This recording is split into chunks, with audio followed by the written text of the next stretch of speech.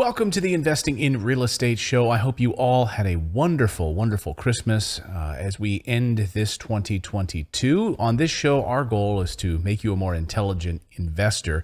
And today we're going to take some of your questions, your Q&A questions here that we will dive into in just a moment. But, it's a time of reflection right now as we look at where we are in this economy and where things are going.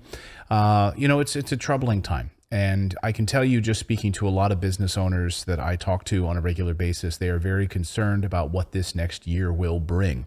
So as a real estate investor, you literally sit at the top of the heap to protect your family right now. Like if you're listening to this show and you have actively taken steps to become a real estate investor, to create something, to invest in things that are a tangible asset against the US dollar, against the inflation that we're seeing in the United States, you are taking the right steps moving forward. And we really may look back on 2022 and into 2023 as maybe the most pivotal year to 2 years in world financial history.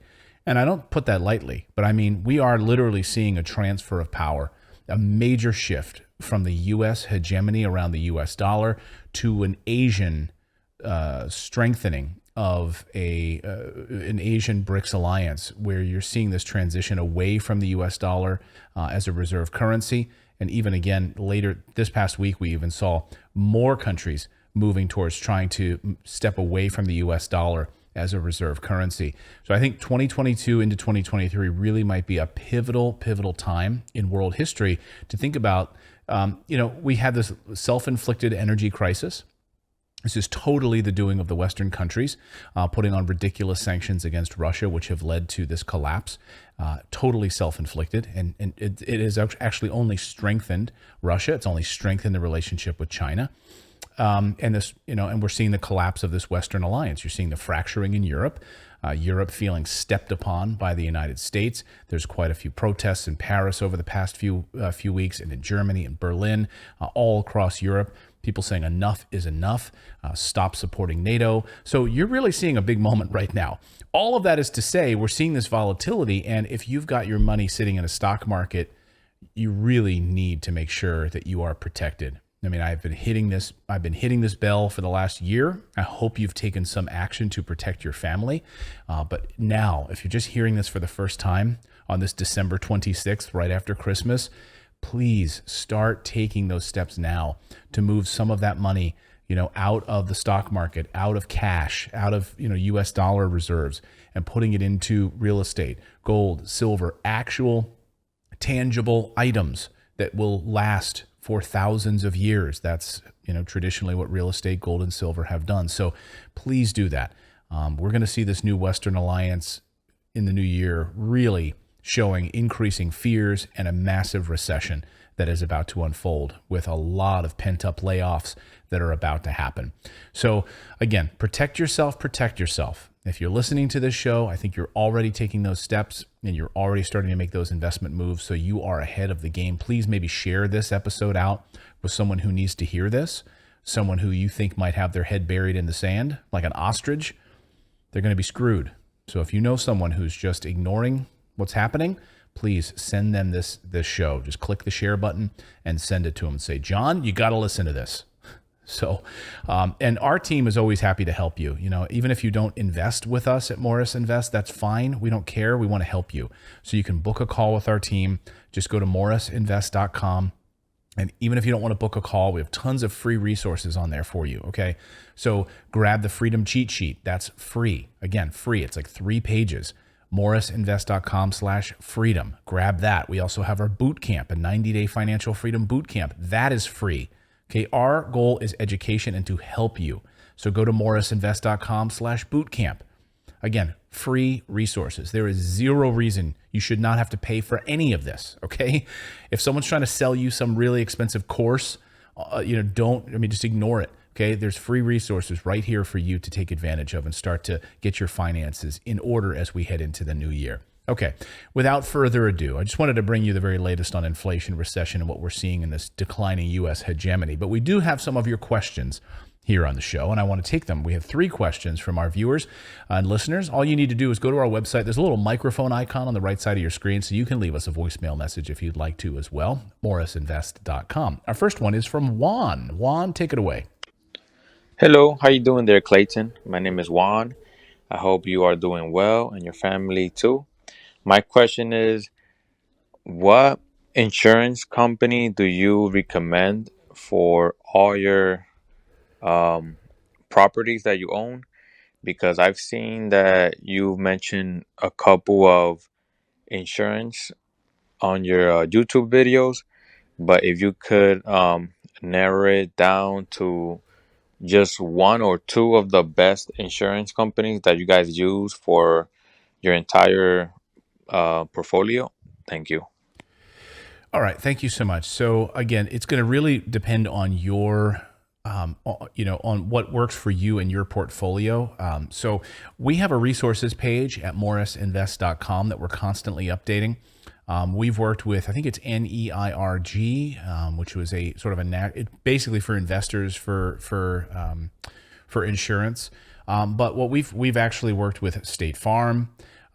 State Farm has been great, and you actually may find, and we did a whole video recently on bundling a lot of your insurance, where you might find a bundled approach. So maybe the home insurance that you currently have, maybe you've got Travelers Insurance or State Farm or any of those. But again, we have resources on our website. I think it's NERIG that we've had a partnership with for years. They insured, and it really made it easy because in their software, you could go inside in the software and it gives a full portal. So you can see all of your properties. You can add properties as you want. Again, the links to that are on our website. Just go to morrisinvest.com and you can find it there and go through it. But I would say check with your insurance company if they bundle in. So if you've got home insurance, you've got auto insurance, and then you've got 2 or 3 rental properties, also talk to them about what kind of rates you can get if they bundle all of these together. And there's and it doesn't really matter because if you own these in different LLCs, it's not going to matter. It's not like it's all looking at it as one big block of properties. Okay. They're going to break it out based on what kind of coverage you're getting. And I can't tell you what type of insurance to get. That's totally your preference. Do you want to get insurance where if there's a vacancy for more than a month or so, you might get rental insurance. So you get loss of rent, which is another insurance level you can get. I never did that. That's not something I've ever done. But you might consider that, right? If for some reason there was a fire in the property and now it's going to take 8-9 months to get the property back up and running, you might consider, well, now I've got loss of rent for that amount of time. So it might make sense for me to get that type of insurance. That's a personal preference thing, of course. But for me, what Natalie and I always did is always just got replacement insurance. So if, for instance, we had a fire in one of our properties, the house burned down, and we wanted to, we have the raw land, we can decide to rebuild it, build it brand new, and rent it back out again, or take that money, sell that land, and go build something somewhere else. So replacement coverage of what the appraised value of that property in that neighborhood would go for, and then just having it rebuilt with a builder. So again, all personal preference, but I would look at bundling all of those. We've used State Farm to great effect. We've used Travelers. And again, I believe the name is NERIG. We'll make sure we have a link to it in the show description if I'm saying it incorrectly. But again, go to our website. We have a resources page that will help you with all of this. So thank you, Juan, for that question. All right, next question comes to us from Cameron. My name is Cameron. I'm currently a 21-year-old college student. I'm looking to get into real estate investing. I currently have a high enough credit score of 730, but I don't have enough income to do a cash down payment. What advice do you have for getting funding for your first deal if I'm able to find one when I don't have enough money on hand? Thank you. All right, getting the money. That's the great one, right? Getting the money. So I would recommend if you don't have the money, you don't have the credit score for that, don't let credit score get in the way of actually putting together money. Now, I've talked about on this show before, right? There's 3 things that you need to do to become a real estate investor. Number 1, you need to have a property. Number 2, you need to have money. Number 3, you need to have people. So Cameron, if you don't have the money, then you need to have a deal, okay? Money comes to a good deal. And then you can take it to a local real estate meetup group. You can meet with hard money lenders. You can meet with soft money lenders, private money lenders, whatever you want to call them. And they will be able to fund the deal. Okay, they'll be able to say, wow, that's a great deal. Yeah, we'll give you the money. We'll lend you this, at this interest rate for this amount of time. I would also consider, talking to relatives. Look, interest rates have gone up a little bit, right, with traditional financing. And if you've got an uncle or a relative who's sitting on a few $100,000 in capital in their savings account that's making a 0% return right now, because that's what you get in a savings account. If you say, hey, Uncle John, look, I've got this property. I want you to take a look at it. Here's what I'm planning, and here's what it will do as a return on investment. Here's what we can get from renting the property. Here's what will happen after we fix. I don't know if you're going to hold the property, if you're going to fix and flip the property. What do you plan to do with this, your investment strategy? You can say, Uncle John, so here's what I'd love to do. I will handle the deal. I will handle the renovation. I will handle the leasing of the property. All I need from you is a promissory note. You will have first position as a first lien holder position, just like a traditional bank would have on the property. And Uncle John, if I suddenly split or decide to go off with a girl somewhere to Cancun, Uncle John, you're in a first lien holder position on the property. You could foreclose on the property and the house is yours. That's how smart lenders will do it. That's how a lot of hard money lenders, private money lenders I've worked with in the past will do it. You'll take a first lien position on the property. That way, if Cameron, you decide to go off to Barbados somewhere and you're like, this real estate thing, I'd rather just hang out on the beach or whatever, then I get to take your property. I mean, that's the way it works, right? You decide to run off and do whatever, then I put up my money. I'm going to foreclose on the property. Now the property is mine. So, and that's not a threat. That's the collateral protection, of course, from an investor who's going to give you the money. So my first thing would be to look in your circle of influence. Okay, who do you know that you can say, look, here's the deal. Let's just sit down. Let me show you the deal. What I need is the capital. Okay, and I highly recommend you read Susan Lassiter-Lyon's great book called Getting the Money, and she teaches you how to create a little presentation, like a one sheet. Okay, put together a one sheet on the deal. Take somebody out to lunch, show them the offer, show them the deal. I have this property under contract. I'm going to renovate this property. It's going to yield this return when we sell it. Or I'm going to hold this property. It will yield 18, 19% return on investment. And would you like to put up a certain amount of capital at 6% interest? So then you're making 18% and you're paying Uncle John 6%. He had that money sitting in the bank. So now he's making 5 or 5.5% more than he was making with it sitting in the bank. See how this works? Then you can make it. Now, if you don't have someone in your circle of influence who's willing to do that, then of course you have to go outside of that comfort zone. And that's when you look through your entire contacts list on your iPhone. Okay. The hundreds of people that you have in your contacts list, put together, all you got to do. I've actually done a video on this a few years ago where I literally I showed a live telephone call where I called in different investor friends of mine and asked them if they were interested. So I get on the phone with them, call them, and in a few seconds, you're able to say, hey, I want to tell you about a deal that I've got working on. Let me know if you're interested. Let me know if you're in or out, and I can tell you more about it. Here, are you interested in making 6 or 7% return on your money right now? Yeah, does that sound interesting to you? Okay, great. Look, I just need to know if you're in. I need 3 or 4 people in this deal. If you're interested, great. Then I'll take you to lunch and I'll talk to you about the deal. So that's kind of going outside of your familial comfort zone. And again, there's no way to stop. I mean, you can do this all day long. I just think if you're interested in becoming successful, you need to be like a dog with a bone. Okay. What separates men from the boys is the boys will sit on their hands and not do anything like this. They will not get on the phone and make phone calls. They will not put a presentation together. They will hope that other people come to them and hand them money. Those are the wimps. Those are the boys. Okay.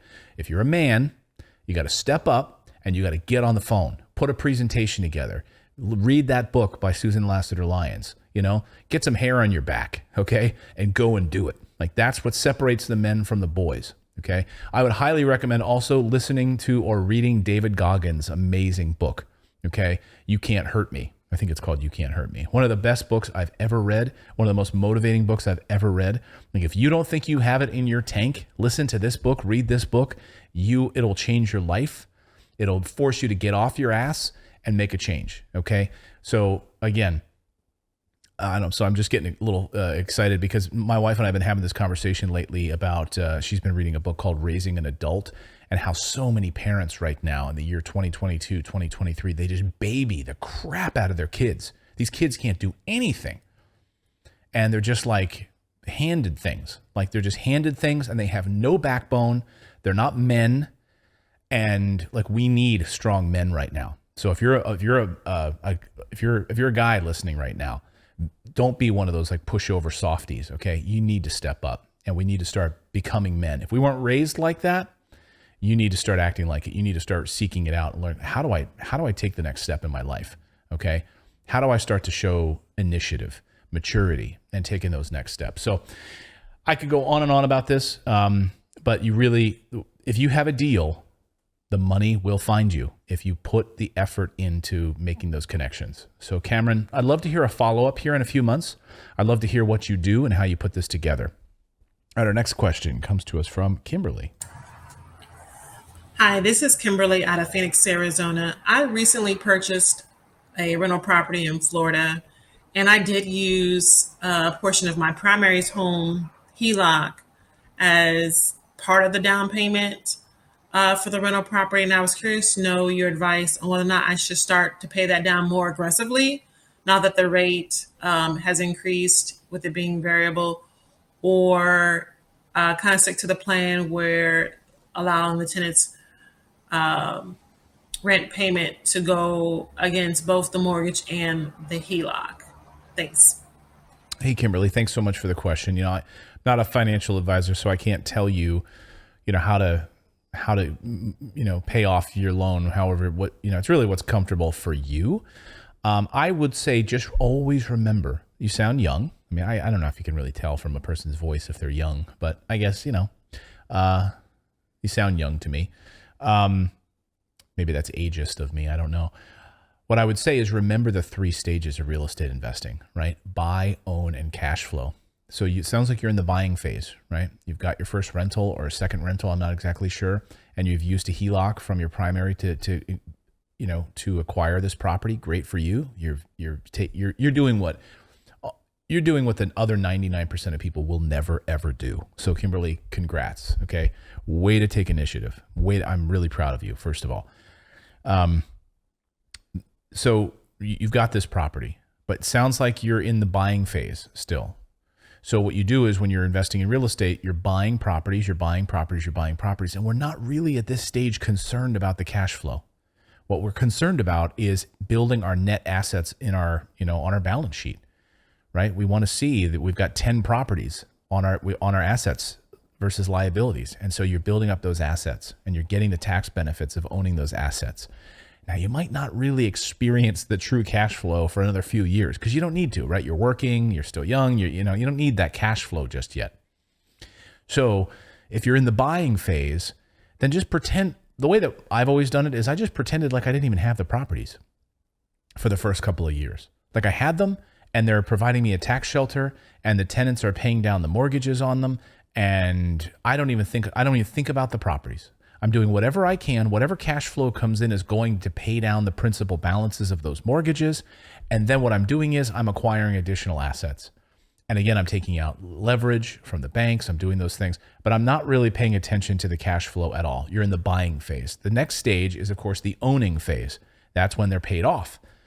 Now you start paying taxes on the cash flow. And then what do? You need to buy more properties to offset the cash flow because you'll pay income taxes on it, right? Buy until you die. So it sounds like you're in the buying phase. I'm not terribly concerned at that stage about cash flow at all. What I am concerned about is using the cash flow from those tenants to help me build equity. So I'm paying down the mortgages, I'm paying down the debt, and I get to experience the ownership and the tax benefits of owning those properties in that first or second calendar year through depreciation, et cetera. So that's been my strategy. Again, but it really just comes down to your comfort level. Are you comfortable with the interest rate where it is? Are you comfortable within 5 years, depending on the variable rate, whatever you've got going, a 10-year, 5-year? Are you comfortable that in 5-10 years, it could be twice that amount? Not to scare you, right? But we saw in the early 1980s, we had 18% interest, or that it's cut in half and it goes back down to 4%. So you just need to it really comes down to your own, can you afford it? Like if the interest rate goes up 2 points, 3 points, 4 points in the next couple of years because of a variable rate interest rate, are you going to be okay? The last thing I want you to be is over leveraged. You need to make sure you're not over leveraged. That's what led to the 2008 housing collapse. Please, please, please protect yourself against being over leveraged. That's my only bit of financial advice. Don't take on too much debt that you can't pay back.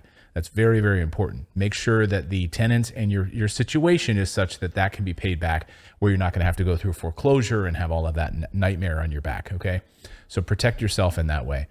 Anyway, I hope you found this helpful. I'd love to hear updates from all of you, from Juan, from Kimberly, from Cameron over the next few months. Like, what do you plan on doing?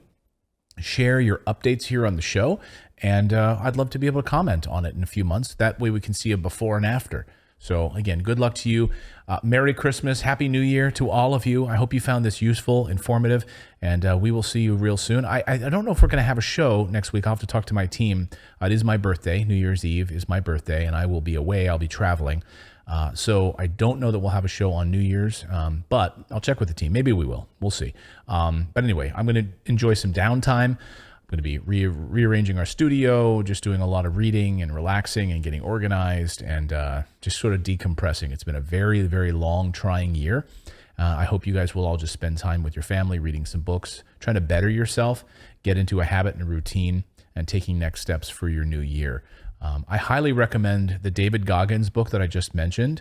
You Can't Hurt Me was his first book. He has a new one that just came out as well. And I would highly, highly recommend another great book called Atomic Habits by James Clear. A great way to start building habits that actually work, not, trying to do some grand thing on the 1st of January, but really taking in small incremental steps to make big changes in your life. Atomic Habits. So 2 books on the reading list for the holiday. Maybe you can sit back and read a little bit and improve yourself in any way possible. Much love to all of you guys. Now go out there, take action, become a real estate investor. I believe it's the #1 way to build wealth. We'll see you in the new year.